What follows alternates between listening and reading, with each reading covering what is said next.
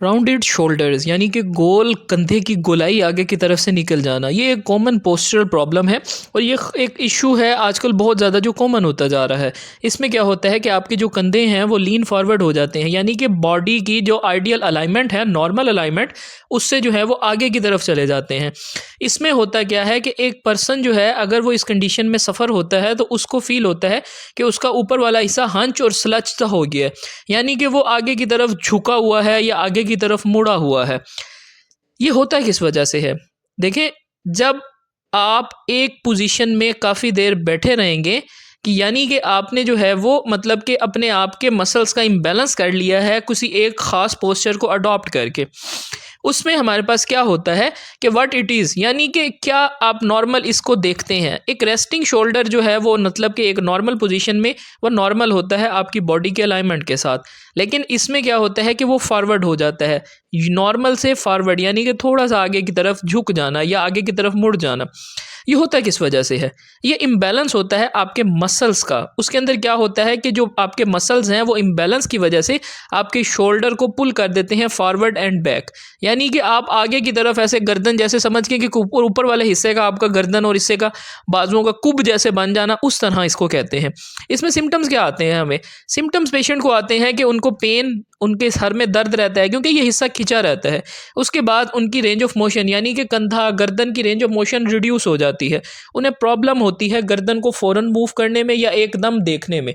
या आप देख रहे हैं कि इस तरह कैसे इनके जो शोल्डर हैं ये फॉरवर्ड हो गए हैं।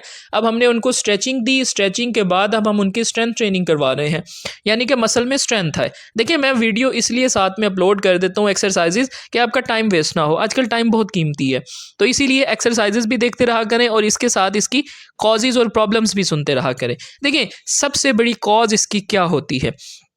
कॉज में हमारे पास आता है कि आप सिटिंग करें लॉन्ग पीरियड, यानी कि आप अगर ऑफिस वर्कर हैं, सुबह 9 बजे से लेकर शाम 5 बजे तक आप ऑफिस की स्क्रीन को देख रहे हैं। उससे क्या होता है कि आप एक चीज़ को एक टाइम तक देखेंगे ना, तो वो आपका थोड़ा सा फोकस डाइवर्ट हो, फिर आप मज़ीद करीब हो जाते हैं, अपना फोकस मज़ीद उस पर डालना शुरू कर देते हैं, क्योंकि हमारी बॉडी की एक कैपेसिटी है। अगर आप उस कैपेसिटी के अंदर इसको यूज़ करेंगे तो ये सही रहेगी। अगर कैपेसिटी से ओवर इसको यूज़ करेंगे या आप गलत तरीके से यूज़ करेंगे तो बॉडी थक जाती है और डिफॉर्म हो जाती है। आपने इसमें क्या है कि आप अगर मोबाइल फ़ोन यूज़ कर रहे हैं, आप गर्दन को ना झुकाएं, मोबाइल फ़ोन को एडजस्ट कर लें। आप क्या करते हैं कि गर्दन को झुकाई रखते हैं और मोबाइल फ़ोन को एडजस्ट नहीं करते। उससे क्या होता है कि आपकी गर्दन और जो शोल्डर हैं वो आगे की तरफ स्लच हो जाते हैं। और एक्सेसिव ओवरहेड एक्टिविटीज़, यानी कि आप मतलब कि सर से ऊपर वाली एक्टिविटीज़ कर रहे हैं कुछ इस तरह की, जिसमें आप जो है वो या तो मतलब अपने बाजू का मूवमेंट का ख्याल नहीं रख रहे या अपनी पोजीशन का ख्याल नहीं रख रहे। तो इसके अंदर क्या होता है कि आपके जो कंधे हैं, आपकी जो गर्दन है वो गलत पोस्चर में अडॉप्ट हो जाती है। आप बाज़ दफ़ा सोते हैं तो 2-2 तकिए आप रखते हैं। उन 2-2 तकियों को रखने से क्या होता है कि आपकी बॉडी आगे की तरफ झुक जाती है। अब इसके अंदर जो एक्सरसाइजेज आप लोग देख रहे हैं उसमें सबसे पहले हमने इनको स्ट्रेचिंग दी। अब हम थोड़ा सा ज़रा इनके पोस्चर को ठीक करने के लिए हम यहाँ पर इनको इस पोजीशन में लिटा रहे हैं। इनकी गर्दन जो है वो तकिए से ऊपर है और इसको हम थोड़ा सा ज़रा प्रेस कर रहे हैं, यानी कि स्ट्रेच कर रहे हैं। स्ट्रेच करने से क्या होता है कि वो मसल जो एक जगह पर रुका हुआ होता है उसकी टाइटनेस खुलती है, वो नरम होता है। हमने अगर इसको ठीक करना है तो हम किस तरह से करेंगे कि हमने इनका जो पोस्चर एक बन चुका है, हमने उसको ठीक करना है। हमने उनकी पोजीशंस जो एक बनी हुई हैं उन पोजीशंस को बेहतर करना है। बेसिकली शोल्डर ब्लेड और रिब केज का जो एक बैलेंस है वो ख़राब हो जाता है। ये जो एक्सरसाइजेज आप लोग देख रहे हैं, पीछे भी आपने देखी, ये भी देखी, ये निहायत इफेक्टिव है आपके राउंड शोल्डर को बेहतर करने के लिए। इसके अंदर देखिए, हमने पीछे से हाथ ऊपर किस तरह बांध के पेशेंट को कहा है, उन्हें कहा है हाथ भी ऊपर उठाएं और हम उनके कंधों को भी ऊपर उठा रहे हैं। इससे क्या होगा, जो उनके शोल्डर ब्लेड और रिब केज है उसकी मूवमेंट होगी, वहाँ पर जो मसल टाइटनेस की वजह से जम गए हैं, रुक गए हैं, शॉर्ट हो गए हैं, वो बेहतर होंगे। आप देखेंगे इस तरह से आपने उल्टा लेटकर अपने हाथों को ऊपर की तरफ उठाएं और अपने बाजुओं को यहाँ से किसी की असेसमेंट उससे हेल्प से जो है आप असेसरी मूवमेंट जो है वो करें कि ताकि जो है वो आपके कंधे यहाँ से स्ट्रेच होकर खुलें, क्योंकि कंधे जब राउंड होते हैं तो आगे की तरफ मुड़ जाते हैं। इसमें मसल कौन कौन से इन्वॉल्व होते हैं और वीक होते हैं? देखिए, मसल स्ट्रेंथ इसमें कम हो जाती है। कुछ मसल्स को अगर आप सही तरीके से यूज़ नहीं करेंगे तो वो मसल डिस्टर्बेंस में चले जाते हैं। उसके अंदर हमारे पास लोअर ट्रेपीजियस मसल जो है वो क्लिनिकल फाइंडिंग पेशेंट में मिलती है राउंड इन शोल्डर में, कि वो जो है बेसिकली रिस्ट्रिक्ट हो जाता है zygapophyseal extension in the middle और टू लोअर थोरेसिक स्पाइन, यानी कि जाइगो फेजियल एक्सटेंशन हो जाती है in the middle to lower thoracic spine में। उसके अंदर आपका ट्रेपीजियस जो है लोअर वो इन्वॉल्व होता है।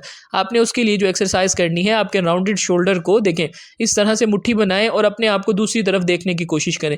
ये ऐसी चीज़ें हैं, इसको हम क्लोज चेन पोजीशन कह रहे हैं कि यानी कि आपने जो है एक हिस्सा फिक्स कर देना है, दूसरे की आपने मूवमेंट करनी है। सॉरी, इसे ओपन चेन कहेंगे, क्योंकि ओपन चेन में क्या होता है कि एक हिस्सा फिक्स होता है, दूसरा मोबाइल कर रहा होता है। क्लोज चेन में क्या होता है कि दोनों हिस्से फिक्स होते हैं, दरमियान वाला मूव कर रहा होता है। यानी कि आपकी कलाई और आपका शोल्डर फिक्स होगा, आपकी जो एल्बो है वो मूव कर रही होती है। तो इसके अंदर हमने क्या है कि मैक्सिमम मसल्स की स्ट्रेचिंग्स करवानी है। हमें इस पोजीशन को बेहतर किस तरीके से करना है, हमें करना है कि हम अपना पोस्चर बैठे हुए देखें कि हमारा पोस्चर किस तरह से है। हम अपनी रेगुलर स्ट्रेचिंग करें अगर हम ऑफिस वर्कर हैं, क्योंकि उसके अंदर जो है वो स्ट्रेचिंग करने से ही आपके जो मसल्स हैं शोल्डर के और बैक के वो ओपन होते हैं, और वो जब ओपन होते हैं तो उसी से आपका जो पोस्चर है वो बेहतर होता है।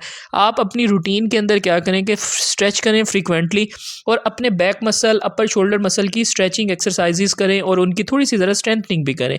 अपनी स्पाइन का ख्याल रखें कि आप अपनी स्पाइन को बिल्कुल सीधा रखें। उसके बाद क्या है कि अपनी पोजीशन चेंज करते रहें।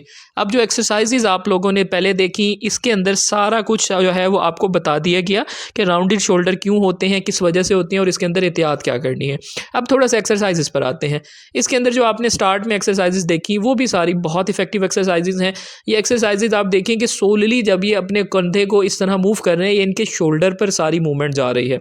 अब हमने इनको कहा कि आप अपना सर को भी दीवार के साथ लगाएं, ताकि आप जब इसको स्ट्रेच करें और आपकी गर्दन पूरी और ये पूरा अपर हिस्सा जो है अपर बैक का ये पूरा स्ट्रेच हो।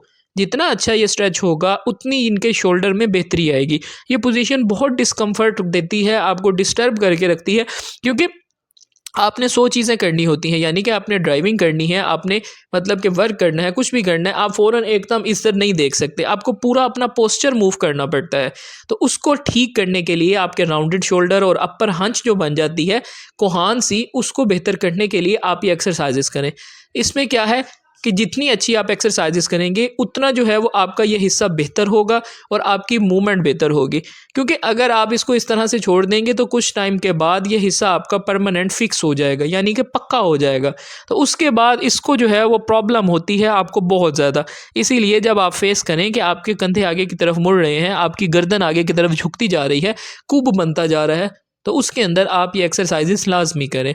अब इसमें जो आप एक्सरसाइज देख रहे हैं, इसके अंदर क्या है कि हमने दोनों हाथों को दीवार के साथ रखा है और पेशेंट को कहा कि अपनी गर्दन को दीवार के साथ रखने की कोशिश करें। देखें कितना इनकी गर्दन और दीवार के दरमियान डिफरेंस आ गया है। इनकी गर्दन भी देखें कि किस तरह से होती जा रही है। अब ये देखें कि कितना डिस्टेंस है। ये स्टार्ट में जब हमारे पास आए थे, स्टार्ट की वीडियोज़ आप देखें, उसमें क्या था कि इनका सर पीछे लगता ही नहीं था। अब आहिस्ता आहिस्ता इनका सर जो है वो लग रहा है। अब हमने इनको कहा कि आप इसको सीधा रख के फिर लगाने की कोशिश करें। देखें कितनी डिफ़िकल्टी आ रही है कि इनके जो शोल्डर हैं वो आगे की तरफ मुड़े हुए हैं। अब वो जो मुड़े हुए हैं तो उसकी मूवमेंट जो है वो प्रॉब्लम करती है इनको, क्योंकि इनको जब हाथ से मूवमेंट करनी, इनको गर्दन भी हिलानी पड़ती है। जब ये कोई इस तरफ देखेंगे राइट साइड पे, लेफ्ट साइड पे, तो उससे क्या है कि इनको पूरा अपना हिस्सा मोड़ के फिर देखना पड़ता है। तो ये आप इफेक्टिव एक्सरसाइजेज देख रहे हैं, ये बहुत ही ज़्यादा इफेक्टिव हैं। अगर आप राउंडेड शोल्डर में मुब्तला हैं या आपके पोस्चर की अलाइनमेंट ख़राब हो गई है तो आप ये एक्सरसाइजेज लाजमी करें।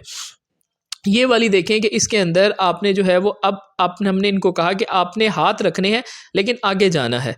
अब जो लास्ट एक्सरसाइज आप देख रहे हैं, इसके अंदर आपने ऐसे कॉर्नर पर खड़े होना है, अपने दोनों बाजू जो हैं वो दीवारों पर इस तरह से फिक्स करें और आप अपने सर को आगे दीवार के साथ लगाने की कोशिश करें। ये आप देख रहे हैं किस तरह से इनके जो मतलब बाजू से लेके और पूरी गर्दन के जो शोल्डर हैं वो मतलब कि स्ट्रेच हो रहे हैं। अब ये जो पोस्चर ख़राब हो गया है, इसको बेहतर करने के अर्ली अगर आप इसकी मैनेजमेंट करवाएं तो हो जाती है। अदरवाइज़ जब ये पोस्चर पक्का हो जाता है, मसल डिफॉर्म हो जाते हैं, उसके बाद प्रॉब्लम होती है। अब लास्ट एक्सरसाइज में आपने क्या करना है कि इस तरह अपने हाथ दूर रखें और आगे जाने की कोशिश करें। ये सारी एक्सरसाइजेज आपके अपर राउंडेड शोल्डर और अपर बैक की अगर हंच बन गई है, या स्लच पोस्चर हो गया है, आपके राउंडेड शोल्डर हो गए हैं, तो फॉरवर्ड हो गई है आपका पोस्चर ऊपर वाला कि आप ऊपर से गर्दन सामने करके देखते हैं, वो आप इसको एक्सरसाइजेस करने से बेहतर कर सकते हैं। अब इसके अंदर क्या है कि आपने इस तरह से अपने हाथ दीवार के साथ रखने, अब पीछे से गर्दन जाने की कोशिश करनी है। हमने अब रिब केज को भी स्ट्रेच करना है, क्योंकि जो हमारी रिब केज है उसकी स्ट्रेचिंग भी बहुत ज़रूरी है। हमारी जो पोजीशन है शोल्डर ब्लेड की और रिब केज की, वो बहुत ज़्यादा मैटर करती है। अब हमने थोड़ा सा जो पहले स्ट्रेच दिया वो सारे शोल्डर्स को था, अब है रिब केज को, यानी कि हमने जो है वो इनकी पोजीशन लॉक की बाजुओं से। अब जब ये पीछे जा रहे हैं तो इनके रिब केज के मसल्स पे स्ट्रेच पड़ रहा है, यानी कि आपके पेक्टोरल मसल और डिफरेंट मसल्स पे। These are the very very much effective exercises. अगर आप इन पूरी एक्सरसाइजेज को कर लें तो आपके राउंडेड शोल्डर बेहतर हो जाएंगे। आप ये देखें कि ये एक्सरसाइजेज के साथ साथ वॉइस ओवर का करने का मकसद ये होता है कि आपका टाइम ना वेस्ट किया जाए। मैं घंटा लगाऊं आपका टाइम वेस्ट करूं कि ये होता है ये होता है, उसके बाद मैं 2 एक्सरसाइजेज करके आपको फ्री कर दूं, उसमें ना आपको मज़ा आएगा ना मुझे। सो इसीलिए जो है वो मैं एक्सरसाइजेज के साथ साथ वॉइस ओवर करके उसकी कंडीशन बताता हूँ, ताकि आप लोगों को इसका मैक्सिमम फ़ायदा हो, आपका टाइम वेस्ट ना हो। आप लाजमी ये बताया करें कि वीडियो को कहाँ से देख रहे हैं, ताकि हमें पता लगे कि कहाँ से देखी जा रही है। लाइक शेयर एंड सब्सक्राइब लाजमी।